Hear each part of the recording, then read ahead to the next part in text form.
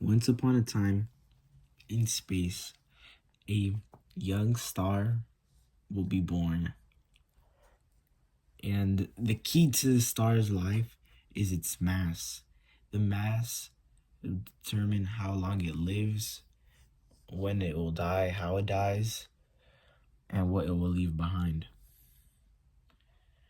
It all begins inside the nebula, the giant cloud, gas, dust, all the gravity pulling together forms a protostar. When the core gets hot enough, nuclear fusion begins. Hydrogen atoms fuse into helium, releasing energy. That is when the new star is born. When the star is born, it enters the main sequence. This is the longest and most stable part of its life. But this is where the difference happens. A low mass star has a long life as it burns fuel slowly.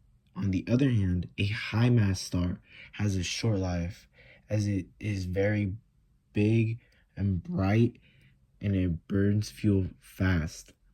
These stars can live just a few million years. This is how mass shapes a star's life. But when the hydrogen runs out, the core contracts and the outer layer expands.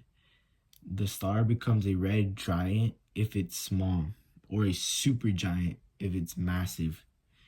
Inside, fusion continues, creating heavier elements like carbon, oxygen, and maybe even iron.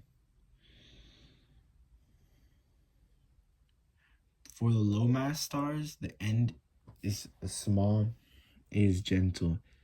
The outer layers drift away to form a planetary nebula, and it leaves behind a white dwarf, a hot, dense core that slowly cools, that can eventually become into a black dwarf, but that is yet to be discovered. But for massive stars, the death is violent. It is very big. The core collapses and explodes in a supernova, creating either a neutron star or a black hole.